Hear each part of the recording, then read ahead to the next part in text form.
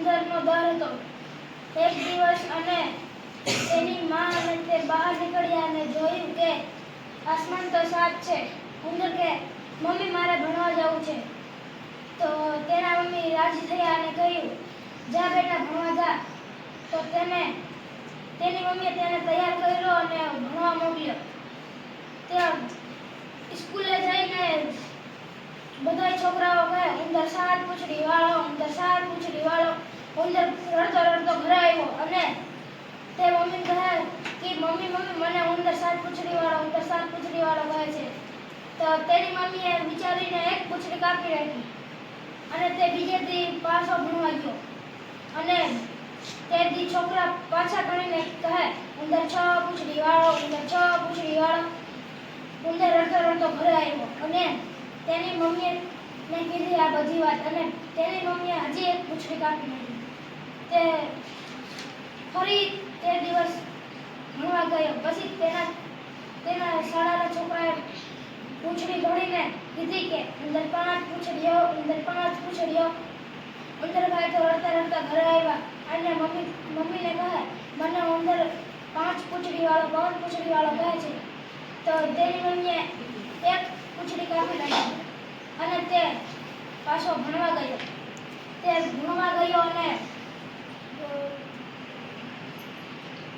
તેને છોકરાઓ ગણીને કહે, ઉંદર પાંચ પૂંછડીઓ, ઉંદર પાંચ પૂંછડીઓ. તો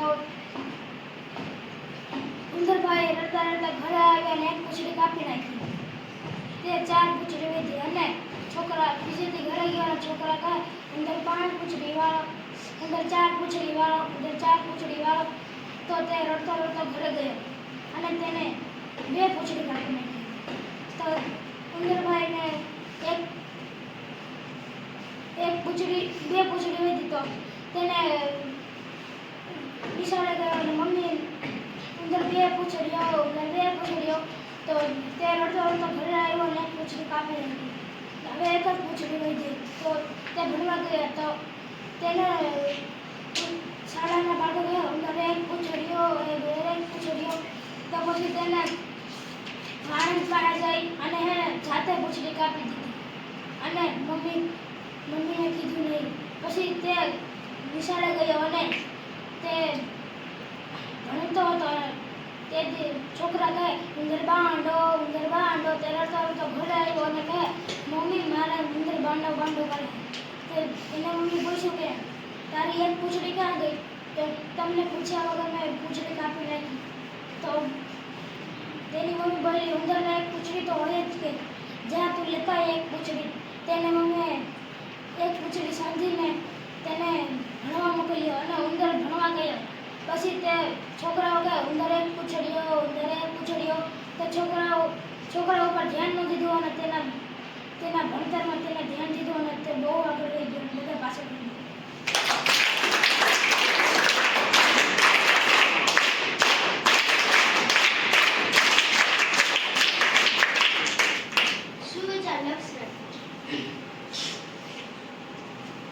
આજની તારીખ 15/12/2025 આજનો વાર સોમવાર. આજનો સુવિચાર, મિત્રો એવા સોચવા જોઈએ જ્યાં સહિષ્ય હોય, સુખમાં પાછળ પડી રહે, દુઃખમાં હોય આગળ.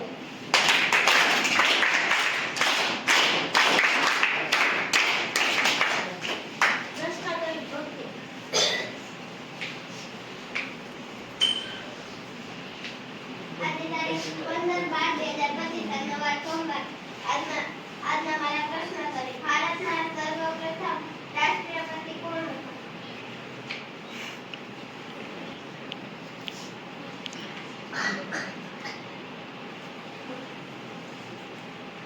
ડોક્ટર રાજેન્દ્ર પ્રસાદ.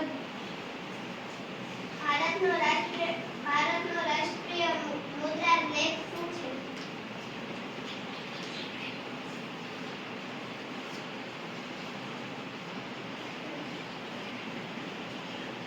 ચાર સિંહ આકૃતિ વાળી મુદ્રા. સત્યમેવ છે. મુદ્રા લેખ કીધું, મુદ્રા નથી કીધું. વિશ્વની સૌથી મોટી પર્વતમાળા કઈ છે?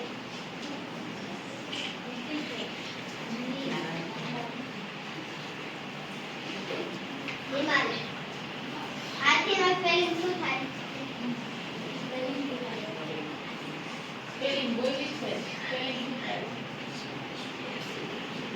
ટીએનપીએસએનજી છે એની ફરજિયાત